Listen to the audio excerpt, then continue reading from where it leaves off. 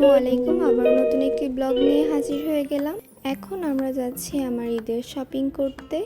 আর আমার ঈদের জামা কিন্তু আমি এখন দেখাচ্ছি না, যদি ঈদের দিন কোনো ব্লগ করা হয় তখন আপনাদের সাথে শেয়ার করব। এরপর সাডেনলি প্ল্যান হলো যে আমরা ইফতারিতে নবাবী সেমাই বানাবো, সে কারণে তাড়াতাড়ি এটা ঠান্ডা করার জন্য আমি একটা মিনি ফ্যান ইউজ করছিলাম। আর এইদিকে নবাবী সেমাই বানানোর জন্য আম্মু সেমাইটা রেডি করছে। এখন আম্মু যে সেমাইটা রেডি করেছে সেই সেমাই থেকে অর্ধেক সেমাই নিচে এইভাবে সেট করে নিচ্ছে। আর এই নবাবী সেমাইটা আমরা 3 লেয়ারে বানিয়েছিলাম। এখন যে মালাইটা তৈরি করা হয়েছে সেটা এখন দিয়ে দিচ্ছে মাঝখানের লেয়ারে। এখন বাকি সেমাইটুকু এইভাবে করে উপরে দিয়ে দিচ্ছে আর একটা লেয়ারের জন্য। এরপরে আমরা আবারও একটু শপিংয়ে যাচ্ছি, কারণ ঈদের শপিং তো আর একদিনে শেষ হয় না। পরের দিন আম্মু ইফতারির জন্য এইখানে বেগুনি বানাবে বলে বেগুনি এইভাবে পাতলা পাতলা স্লাইস করে কেটে রেখেছে আর এখানে বেসনটা গুলিয়ে রেখেছে। আর ইফতারিতে ছিল আমাদের ছোলা ভুনা, খেজুর, জিলাপি, তারপর শসা, বেগুনি, আলুর চপ আর পেঁয়াজু। আর খেতেও এগুলো অনেক মজা হয়েছিল। এর কিছুদিন পরে আমাদের ফাতিহাদের বাসায় ইফতার পার্টির একটা ইনভিটেশন ছিল, তো আমরা সেদিন গিয়েছিলাম। আর আমি ফাতিহার সাথে বসে একটু কথা বলছি আর এই দিকে ইফতারির জন্য ডিম চপ বানানো হচ্ছে।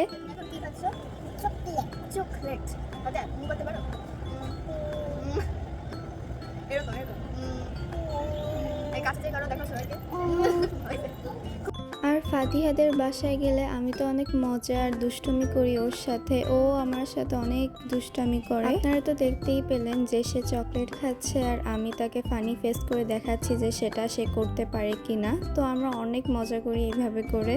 এরপর ইফতারের সময় হয়ে যাচ্ছিল, তো আম্মু এখন সবার জন্য ইফতার প্লেট রেডি করছে। এরপর আজান দিলে আমরা সবাই মিলে ইফতার করলাম। ইফতার করার কিছুক্ষণ পরেই দেখলাম অনেক জোরে বৃষ্টি নামছে আর সেদিন কিন্তু শিল পড়েছিল। তো আপনারা কে কে শিল কুড়িয়েছেন কমেন্টে জানাবেন। তারপর ডিনারে ছিল বিফ তেহারি, যেটা খেতে অনেক মজা হয়েছিল। এরপর আমার বাবা আমার আম্মুকে এই ইলেকট্রিক কেটলিটা কিনে দিয়েছে আমাদের নতুন বাড়ির জন্য। আর আমার জন্য বিস্কিটস নিয়ে এসেছে আমার বাবা। তো কেটলিটা দেখতে অনেক সুন্দর ছিল, আমার তো বেশ পছন্দ হয়েছে। তো এরপর দিন সকালে আমরা এখন গ্রামের বাড়ি যাব বলে আমি এখন রেডি হব। তো আমি এই টপসটা পরবো আর টপসের সাথে এই প্যান্টটা আর সুন্দর এই বো ক্লিপটা আর তার সাথে এই কিউট পিঙ্ক কালারের ব্যাগটা। আমি এখন রেডি হয়ে আসি।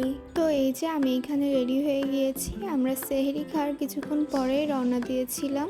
আর এইদিকে মালিবাগ কাউন্টারে বাস দাঁড়িয়েছে আর আমি এখানে একটু পড়ছিলাম। আমরা এখন ঢাকা এলিভেটেড এক্সপ্রেসওয়ে বা ফ্লাইওভারের টোল প্লাজা পার হচ্ছি। আর দেখুন টোল প্লাজায় কত সুন্দর সুশৃঙ্খলভাবে গাড়িগুলো এগোচ্ছে।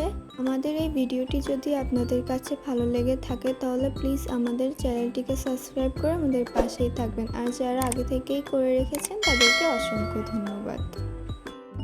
পর জানালার বাইরে তাকাতেই চোখে পড়ল এই সুন্দর দৃশ্যটা। দুপাশে সবুজ বনানী আর মাঝখানে শান্ত নদী।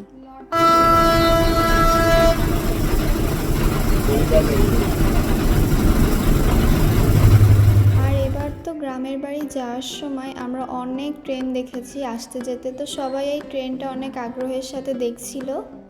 তারপর বাড়িতে পৌঁছানোর পর আর কোনো ভিডিও করা হয়নি। এটা হচ্ছে পরের দিন সকালের ভিডিও। সকালবেলা দেখুন আমাদের রুমে অনেক সুন্দর রোদ আসে, তো আম্মু এই বেডটা অনেক সুন্দরভাবে গুছিয়ে রেখেছিল। আর আমি ঢাকা থেকে আমার এই ছোটবেলার ছবিটা এনেছিলাম। তারপর ঘুম থেকে উঠে একটু ফ্রেশ হয়ে ছাদে গেলাম সকালবেলা।